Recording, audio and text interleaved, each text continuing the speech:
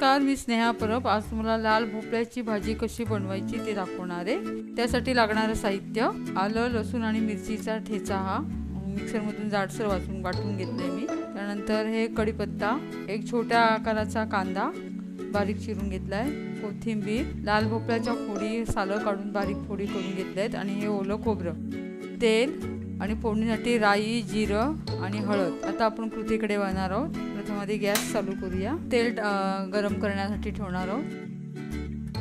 त्यामध्ये आपण राई, जिरं आणि हळद आपण नंतर घालणार आहोत, नाहीतर ती जळते ना, त्यामुळे कांदा घातल्यानंतर आपण हळद घालणार आहोत। कढीपत्त्याची पानं मी बारीक करून घेतले। त्यानंतर हे आलं, लसूण आणि मिरचीचा ठेचा जो केलाय तो मी ह्याच्यात घालणार आहे। मिरच्या तुमच्या अंदाजाने घ्यायच्या, जेवढं तिखट तुम्हाला हवं असेल त्या अंदाजाने मिरची घ्यायची। मी या इथे 3 मीडियम साईजच्या मिरच्या घेतल्या आहेत। नंतर आपण असं ढवळून घेणार आहोत ते सर्व। त्याच्यानंतर आपण हा कांदा टाकणार आहोत आणि आता आपण याच्यात हळद टाकणार आहोत, अर्धा चमचा हळद। गॅस बारीक करायचा आहे। ही फोडणी चांगली खमंग भाजल्यानंतर आपण त्यामध्ये या भोपळ्याच्या फोडी टाकणार आहोत। असं चांगलं ढवळून झाल्यानंतर आपण त्यामध्ये मीठ टाकणार आहोत।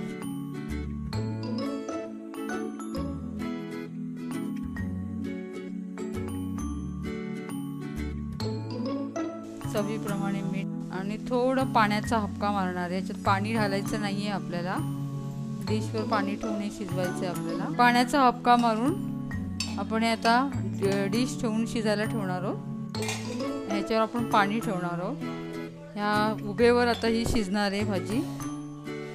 भोपळा लगेच शिजतो आणि 5 मिनटं आपण ही ठेवणार आहोत। तशीच 5 मिनिटानंतर आपली ही भाजी तयार होणार। पुन्हा एकदा आपण मध्ये ढवळूया ती। ही भाजी चपाती, भाकरी याबरोबर छान लागते। तसेच भातावर सुद्धा अशीच आतमध्ये कोळसवून मस्त लागते। मिरचीचा ठेचा टाकल्यामुळे काय होतं, मिरची काढून टाकायची गरज नाही, त्याच्यामध्ये आपल्या पोटातही ती हिरवी मिरची जाते। पण फोडणीला घातल्यानंतर 10 मिनिटानंतर ही भाजी तयार होऊन लागली।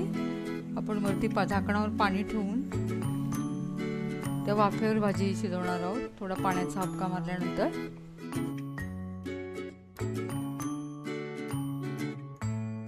भाजी होत आली आपली। आता 2-3 मिनिटांनी कोथिंबीर टाकणार आहोत आणि खोबरं वरून शिवणार आहोत।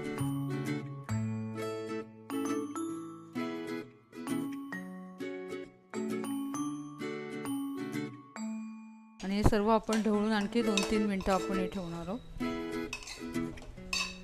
ही भाजी झटपट होते आणि चवीलाही खूप सुंदर लागते। या भाजीचे पराठे सुद्धा खूप छान लागतात। लहान मुलं खात नसतील तर त्यांना चपातीमध्ये स्टफ करून देऊ शकतो आपण। हे सर्व मिक्स करून खोबरं घातल्यानंतर आपण हे अजून 2-3 मिनिटं ठेवणार आहोत, मग आपली भाजी तयार होईल।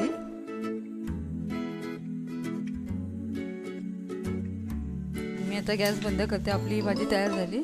माझा हा व्हिडिओ जर तुम्हाला आवडला असेल तर माझ्या व्हिडिओला लाईक करा।